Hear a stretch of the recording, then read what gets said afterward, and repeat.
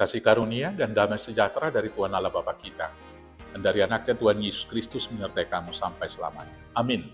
Selamat pagi saudaraku, dengarkanlah firman Tuhan hari ini, yaitu dari Roma 6 ayat 22. Demikianlah firman Tuhan. Tetapi sekarang, setelah kamu dimerdekakan dari dosa, dan setelah kamu menjadi hamba Allah, kamu beroleh buah yang membawa kamu kepada pengudusan, dan sebagai kesudahannya, ialah hidup yang kekal. Demikianlah firman Tuhan. Saudaraku yang terkasih dalam Yesus Kristus, pemahaman umum umat beragama itu beribadah adalah supaya diselamatkan.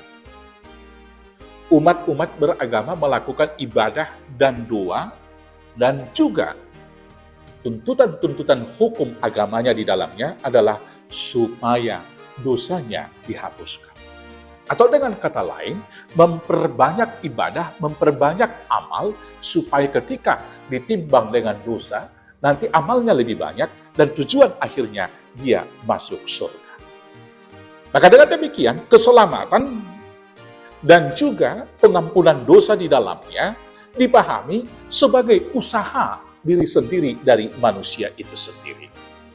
Tetapi di dalam surat-suratnya Rasul Paulus mengatakan, dan itu kemudian yang dikutip oleh Martin Luther, tidak seorang pun dapat dibenarkan karena tindakannya melakukan syariat agamanya atau melakukan hukum Taurat. Keselamatan itu adalah anugerah dari Tuhan, pemberian semata. Dan pengampunan dosa itu, hutang dosa itu lunas dibayar adalah karena pengorbanan Tuhan Yesus. Dan jalan untuk menerima anugerah itu hanya iman, sola fide. Dan untuk mengetahui jalan itu hanya Alkitab atau firman Tuhan atau sola scriptura. Karena itulah saudara-saudaraku yang terkasih, setiap orang yang percaya adalah orang yang sudah ditebus dan orang yang sudah dimerdekakan. Setiap orang yang dibaptis, yang sudah diputus dari dosa asal, sudah masuk ke dalam anugerah dan berkat keselamatan yang dari Tuhan. Kalau begitu pertanyaannya, untuk apa beribadah? Saudara-saudaraku yang terkasih, ibadah yang dilakukan umat percaya atau orang Kristen adalah ibadah syukur karena sudah diselamatkan. Dan segala tindakan perbuatan yang baik adalah buah dari iman. Karena sudah dilepaskan dari dosa, tidak lagi menjadi budak, tidak lagi menjadi hamba daripada dosa itu. Dan dalam melakukan semuanya itu, orang percaya sudah merdeka dari kutuk.